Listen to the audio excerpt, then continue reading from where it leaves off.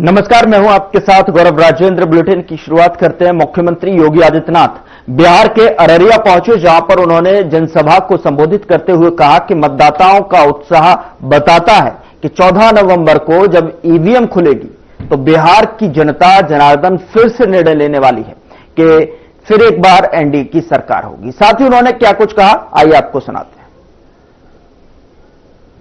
जनता जनार्दन फिर से निर्णय लेने वाली है कि फिर एक बार एनडीए सरकार, फिर एक बार एनडीए सरकार।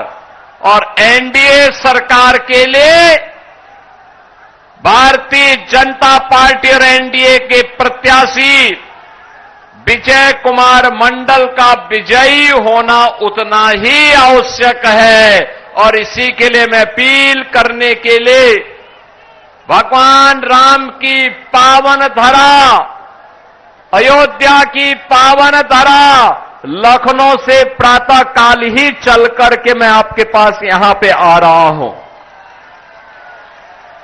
बहनों और भाइयों, बिहार जिसका अपना गौरवशाली इतिहास रहा है, उस गौरवशाली अतीत के धनी बिहार के सामने पहचान का संकट खड़ा करने वाले लोग कौन हैं? वही बिहार के असली अपराधी हैं। जिन लोगों ने बिहार के नौजवानों के सामने पहचान का संकट खड़ा किया, जिन लोगों के कारण बिहार अपनी पहचान के लिए मोहताज हुआ था, नौजवान के सामने, बिहार के नागरिक के सामने जिन्होंने पहचान का ये संकट खड़ा किया, बिहार में जंगल राज लाने का पाप किया था, वे लोग आज भी बड़ी बड़ी घोषणाएं करके आपके बीच में चुनाव में आ रहे हैं, आपको लालच देने का प्रयास कर रहे हैं, नौकरी के नाम पर बहकाने का प्रयास कर रहे हैं। लेकिन बहन और भाइयों, जिन लोगों का अतीत कलंकित है, काला है, उन लोगों पर विश्वास करने की आवश्यकता नहीं। ये वही लोग हैं जिन्होंने मां जानकी के बिहार को, महात्मा बुद्ध को ज्ञान प्रदान करने वाले बिहार को, 24वें तीर्थंकर भगवान महावीर को जन्म देने वाले बिहार को, देश के पहले राष्ट्रपति डॉक्टर राजेंद्र प्रसाद जी के बिहार को, लोकनायक जयप्रकाश नारायण के बिहार को, जननायक कर्पूरी ठाकुर के बिहार को, महान गणितज्ञ आर्यभट्ट के बिहार को, और बहन और भाइयों, आचार्य चाणक्य और चंद्रगुप्त मौर्य के बिहार को जिन लोगों ने पीछे के पायदान पर धकेला, वही लोग बड़ी बड़ी घोषणाएं कर रहे हैं। याद करिए, कांग्रेस और आरजेडी की सरकारों के समय जो बिहार कभी दुनिया को ज्ञान देता था, उस बिहार के सामने अपने लिए स्वयं भी साक्षर बनने का संकट आ खड़ा हो गया था। कौन वे लोग हैं अपराधी? जिन लोगों ने बिहार की साक्षरता को सबसे निचले पायदान पर धकेला था। बहनों और भाइयों, 2005 में बिहार ने अंगड़ाई ली। नीतीश बाबू के नेतृत्व में एनडीए की सरकार बनी। एनडीए की सरकार बनने के बाद आज बिहार के अंदर हम देखते हैं, बिहार का नौजवान देश के अंदर सिविल सर्वेंट बनता है। आज बिहार का नौजवान आईएएस बनता है, आईपीएस बनता है, आईएफएस बनता है। आज बिहार का नौजवान अपना स्टार्टअप स्थापित कर रहा है। आज बिहार का नौजवान उद्यमी बन रहा है। आज बिहार का नौजवान जीवन के प्रत्येक क्षेत्र में एक नया कुछ करके देश और दुनिया के लिए एक मॉडल खड़ा कर रहा है। बहनों और भाइयों, उसी बिहार की इस चेतना को पुनः जागरूक करने के लिए हम लोग आज आपके बीच आए हैं। याद करना, बिहार के विकास की यात्रा थमनी नहीं चाहिए, रुकनी नहीं चाहिए। इसमें फिर से तमाम लोग घोषणाएं करने के लिए आए हैं, लेकिन वास्तव में ये लोग विकास नहीं करेंगे। ये फिर से बिहार के विकास को जंगल राज में बदलने का पाप करने वाले लोग हैं। याद करिए ना, आरजेडी और कांग्रेस के सरकार के समय अकेले आरजेडी के 15 वर्ष के शासनकाल में बिहार में 60 से अधिक नरसंहार की घटनाएं घटित हुई थी। बिहार के अंदर 30,000 से अधिक अपहरण की घटनाएं घटित हुई थी। बहनों और भाइयों, यहां पे न व्यापारी सुरक्षित था, यहां पे न इंजीनियर सुरक्षित था, यहां पे न चिकित्सक सुरक्षित था, यहां पे न बच्चे सुरक्षित थे, यहां पे न बेटियां सुरक्षित थी। वह जंगल राज बिहार में आरजेडी और कांग्रेस की ही जोड़ी लेकर के आई थी। बहनों और भाइयों, हमें जंगल राज फिर से नहीं आने देना है। सुशासन की सुदृढ़ नींव पर बनने वाले बिहार को एक समृद्ध और विकसित बिहार बनाना है, और समृद्ध और विकसित बिहार के लिए मोदी जी का मार्गदर्शन, समृद्ध और विकसित बिहार के लिए नीतीश बाबू का नेतृत्व और एनडीए के 5 पांडव मिलकर के बिहार के विकास के लिए कार्य जो प्रारंभ किए हैं, आज बहनों और भाइयों, बिहार के अंदर वह सब कुछ है जो बिहार की आवश्यकता है। आज बिहार के अंदर सड़क है, आज बिहार के अंदर बिजली है, रेल की कनेक्टिविटी है, आज बिहार के अंदर एयर कनेक्टिविटी है। आप सोचो, अगर दरभंगा का एयरपोर्ट नहीं चला होता तो सोचो मैं कैसे आपके यहां पर आया होता। लखनऊ से सुबह पहुंचना मेरे लिए बहुत कठिन हो गया होता, लेकिन बहनों और भाइयों, एयरपोर्ट है, हम लोग आसानी से आ गए।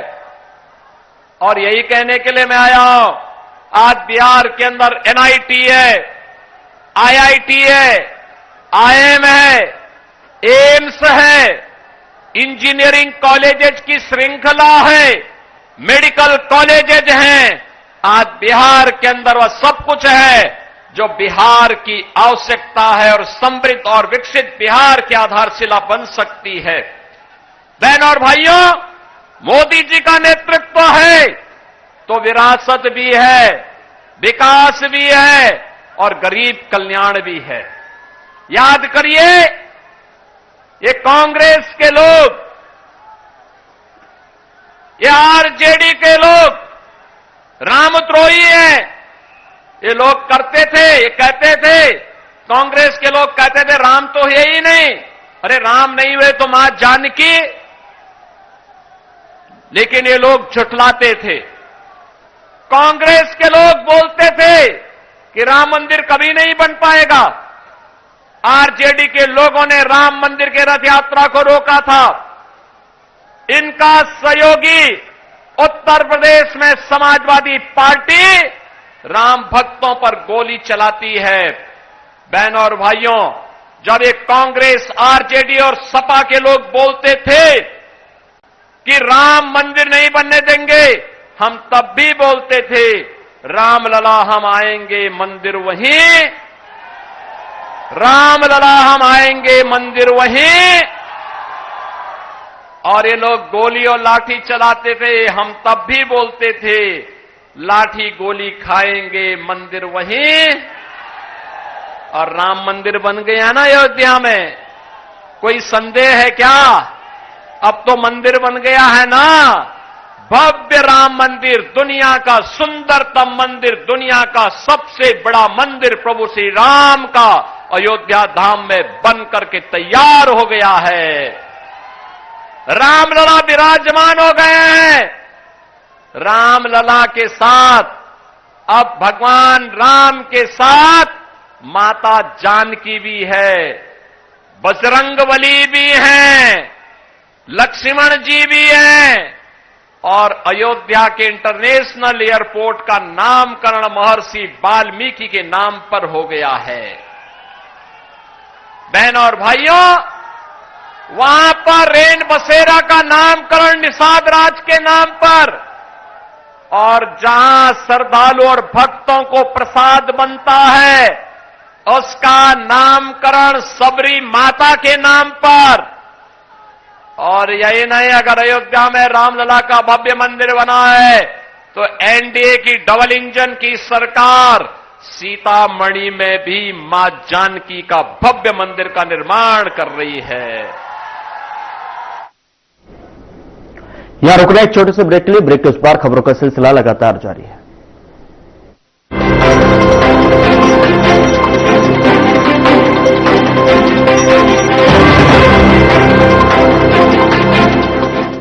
2047 में कैसा होगा विकसित भारत का विकसित उत्तर प्रदेश? क्या आप चाहते हैं कि कृषि क्षेत्र में नवाचार और पशुधन की समृद्धि से बढ़े अन्नदाता की आमदनी? गांव-गांव तक पहुंचे चौड़ी सड़कें, हवाई यात्रा के लिए किसान की जेब में हो पैसे, विश्व स्तरीय शिक्षा और वर्ल्ड क्लास इलाज, बढ़े उद्योग, रोजगार, नौकरी और अपना व्यापार, रिन्यूएबल और ग्रीन एनर्जी हो यूपी में फुल, ताकि कभी न हो पत्ती गुल।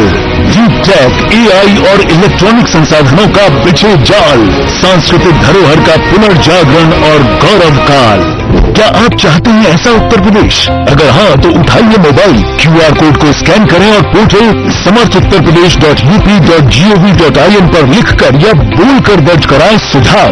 आपके सुझाव से बनेगा विकसित यूपी का रोड मैप और मूल्यवान सुझाव देने वाले किए जाएंगे सम्मानित, क्योंकि आपकी राय विकसित यूपी बनाए। कुछ लोग खाते पीते तो बहुत बढ़िया हैं, पर फिर भी उनकी सेहत नहीं बनती। पिचके हुए गाल हैं, हड्डियां निकली हुई हैं, पैंटें ढीली हैं, कपड़े जचते नहीं, कोई पर्सनैलिटी नहीं। ऐसे लगता है इधर से खाए जा रहे हैं, उधर से निकले जा रहा है, क्योंकि उनका पाचन तंत्र खराब है। और जब तक के पाचन तंत्र दुरुस्त नहीं होगा, वो जितना मर्जी अच्छे से अच्छा खा ले, उनकी सेहत नहीं बन सकती। इसलिए हमारी संस्था सन्यासी आयुर्वेदा ने एक ऐसी दवा का निर्माण किया है जो कि आपके लिवर को, आपके पाचन तंत्र को दुरुस्त करने का काम करती है, ताकि आप जो भी खाएं उसका पूरे का पूरा निचोड़ आपके शरीर को लगे, आपकी भूख बढ़े, खाया पिया सही से लगे, नया खून बने, हड्डियों में जान आए, वजन बढ़े और आप मोटे तगड़े खूबसूरत पर्सनैलिटी के मालिक बन जाएं। सिर्फ 655 रुपए की पूरे 1 महीने की दवा होती है और आप इसे घर बैठे 01145454545 पर फोन करके दवा मंगवा सकते हैं।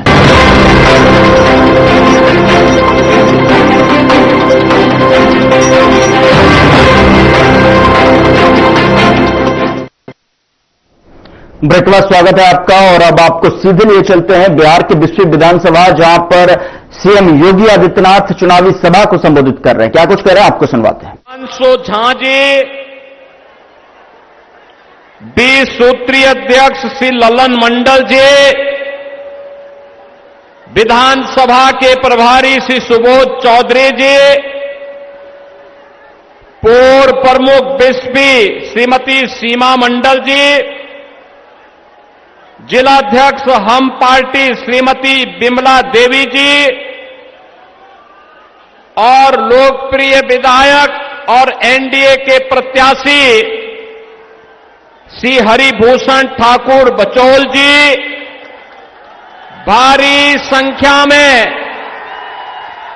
बिस्फी विधानसभा क्षेत्र से जुड़े हुए मेरे सभी उपस्थित बहनों और भाइयों,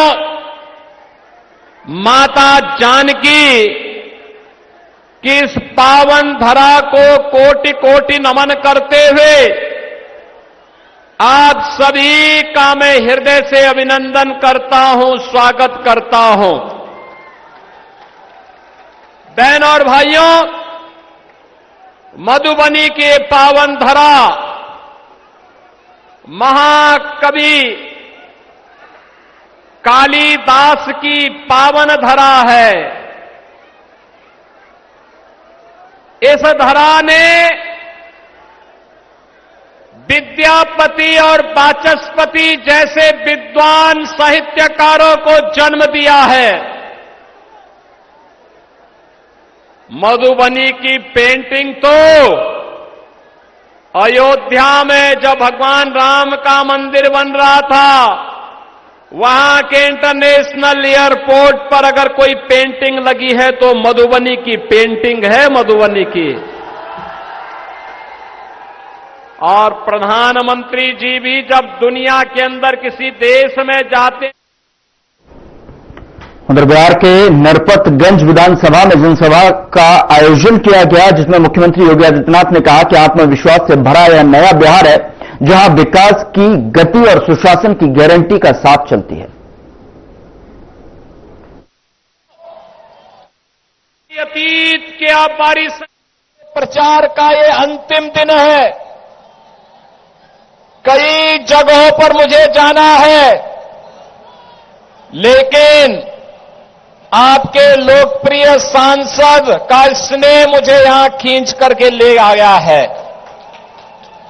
हम दोनों लोग संसद में साथ साथ रहते थे और बहन और भाइयों, अररिया के बारे में सुनते थे, यहां के आतंक के बारे में भी सुना करते थे, और तब हम लोगों को लगता था कि जो कुछ अररिया के लोगों पे बीतती है यह किसी और पे नहीं बीतनी चाहिए। पर्व और त्योहारों में कोई दंगा फसाद नहीं होना चाहिए, कोई गुंडागिर्दी बहन और बेटियों की सुरक्षा में सेंध नहीं लगनी चाहिए। और जब पार्टी ने मुझे उत्तर प्रदेश में मौका दिया सेवा करने का, तो बहन और भाइयों, उससे पहले कांग्रेस आरजेडी के ही सहयोगी यूपी के अंदर भी थे। गुंडागिर्दी चरम पर थी, हर तीसरे दिन दंगे होते थे, महीनों महीनों कर्फ्यू रहता था।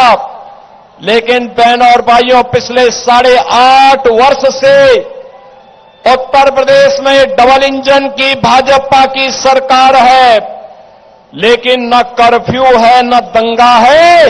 यूपी में सब अब चंगा है। अब यूपी में कोई किसी प्रकार का दंगा फसाद नहीं। बहनों और भाइयों, ये गारंटी केवल एनडीए दे सकती है, केवल एनडीए दे सकती है। बिहार का अपना गौरवशाली अतीत है। अपने गौरवशाली अतीत पर हर बिहार के नागरिक को गर्व की अनुभूति होनी चाहिए। ये वह धरा है जिसने मां जानकी को जन्म दिया। ये वही धरा है बहनों और भाइयों, जिस धरा ने महात्मा बुद्ध को ज्ञान प्रदान किया। ये वही धरा है जिसने 24वें जैन तीर्थंकर भगवान महावीर को जन्म दिया। बिहार की धरती देश के पहले राष्ट्रपति को जन्म देने वाली धरती है। बिहार की धरती लोकनायक जयप्रकाश नारायण को जन्म देने वाली धरती है, और बिहार की धरती जननायक कर्पूरी ठाकुर को भी जन्म देने वाली धरती है। बहनों और भाइयों, बिहार की धरती आर्यभट्ट भी देती है, और बिहार की धरती ने ही आचार्य चाणक्य और चंद्रगुप्त मौर्य की जोड़ी भी बिहार की धरती की ही देन है देश को। ये महापुरुष इस बात के साक्षी हैं कि बिहार जब विकसित होता है तो भारत विकसित होता है। बिहार खुशहाल होता तो भारत खुशहाल होता है। और बिहार का जब स्वर्ण युग आता है तो भारत का स्वर्ण युग आता है। और भारत के स्वर्ण युग पहले फिर से आपका आह्वान करने के लिए आज मुझे भी नरपतगंज के बहाने अररिया में आने का सौभाग्य प्राप्त हुआ है। बहनों और भाइयों, मैं तो आपसे एक ही बात पूछना चाहता हूं। जो बिहार दुनिया को ज्ञान देता था, नालंदा जैसा विश्वविद्यालय देता था, जिस बिहार ने दुनिया को ज्ञान दिया, उस बिहार में निरक्षरता क्यों बढ़ गई? कौन इसका अपराधी है? जो बिहार शांति और भक्ति की धरती थी, आखिर उस बिहार में जंगल राज क्यों आ गया?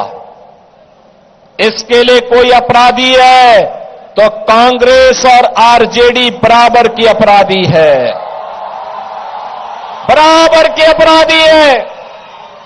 बहनों और भाइयों, इन्होंने यहां के समाज को बांटा, जाति को जाति से लड़ाया और फिर इसके बाद जातीय सेनाएं खड़ी करके पूरे समाज को बांट करके खानदानी माफिया को बिहार के अंदर अराजकता पैदा करने की पूरी छूट दे दी। परिणाम सबके सामने है।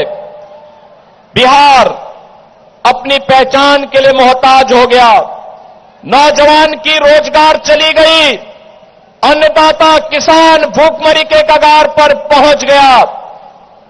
सरकारी खजाने पर लूट मचाए थे और बिहार पिछड़ता गया, बीमारू हो गया। भारत का स्वर्ण युग देने वाला बिहार बीमारू हो गया। बहनों और भाइयों, 2005 में नीतीश बाबू के नेतृत्व में एनडीए की सरकार बनी और पिछले 20 वर्षों में बिहार ने जो प्रगति की है, आज बिहार में क्या नहीं है?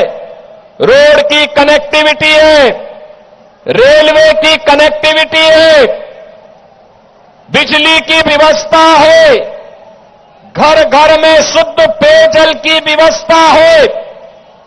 बिहार में अब मेट्रो का संचालन हो गया है।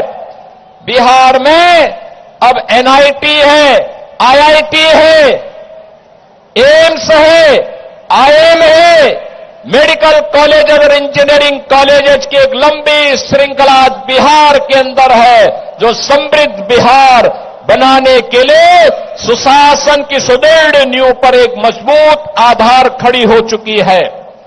और बहनों और भाइयों, आपने देखा होगा मोदी जी के नेतृत्व में पिछले 11 वर्ष के अंदर मोदी जी ने जो कहा वो करके दिखा दिया।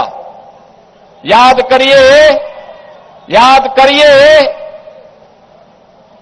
जब उधर बिहार के छातापुर विधानसभा में जनसभा का आयोजन किया गया, जिसमें मुख्यमंत्री योगी आदित्यनाथ शामिल हुए। सीएम योगी ने जनसभा को संबोधित करते हुए कहा कि छातापुर की जनता का उत्साह अभूतपूर्व है।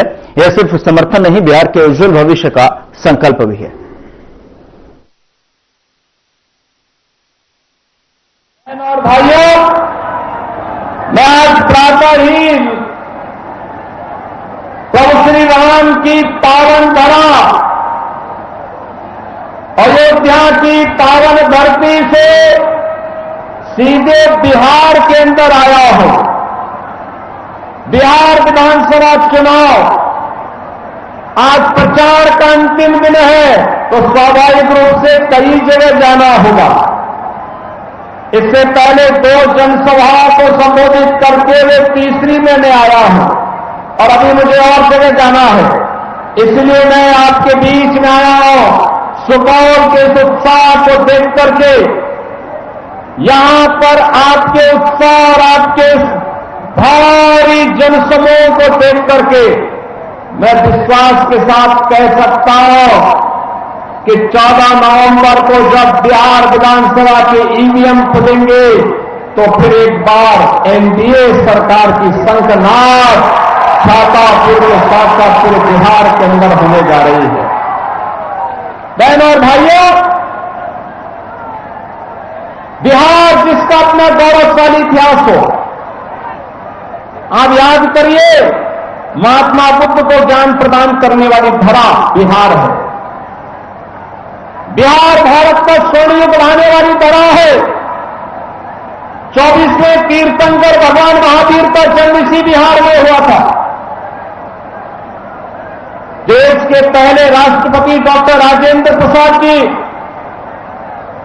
लोकनायक जयप्रकाश नारायण जी, जननायक कर्पूरी ठाकुर जी इसी पावन धरा में जन्म लिए थे और मैथिली, भोजपुरी संस्कृति को छठ गीतों के माध्यम से वैश्विक पहचान दिलाने वाली शारदा सिन्हा भी इसी क्षेत्र की, इसी बिहार की उपज है, बिहार में ही जन्मी है।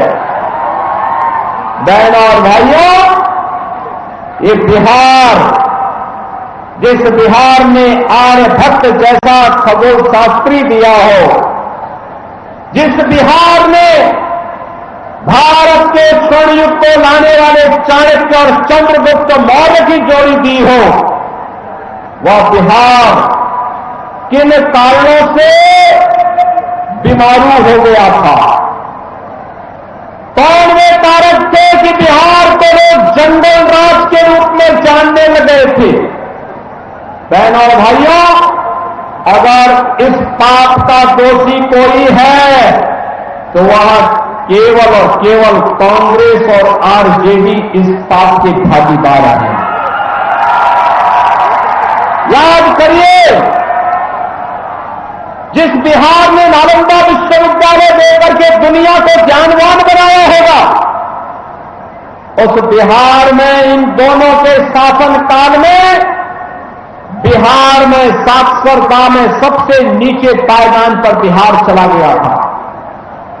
जंगल रास्ता,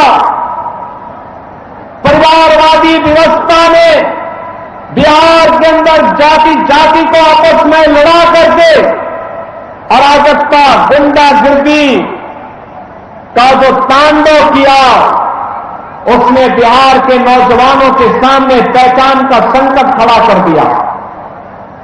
अन्नदाता किसान को पलायन करने के लिए मजबूर कर दिया। बिहार के नागरिकों को, गरीबों को भूखों मरने के लिए छोड़ दिया गया। बिहार के अंदर सरकार के खजाने का पैसे में लूट मच गई थी। याद करिए, जो बड़ी बड़ी घोषणाओं के साथ आज कांग्रेस आरजेडी का ये महागठबंधन आपके बीच में आया है। बहनों और भाइयों, ये केवल और केवल एक धोखा है, धोखा। ये धोखा देने के लिए आए हैं।